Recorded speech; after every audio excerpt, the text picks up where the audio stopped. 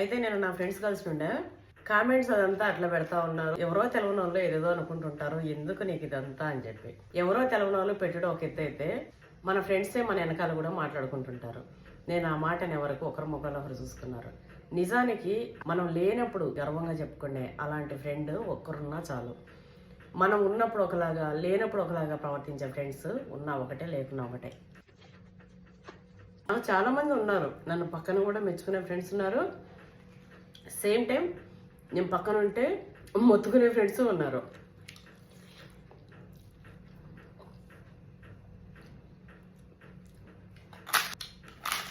పప్పు నెయ్యి పాపడ super combination కదా.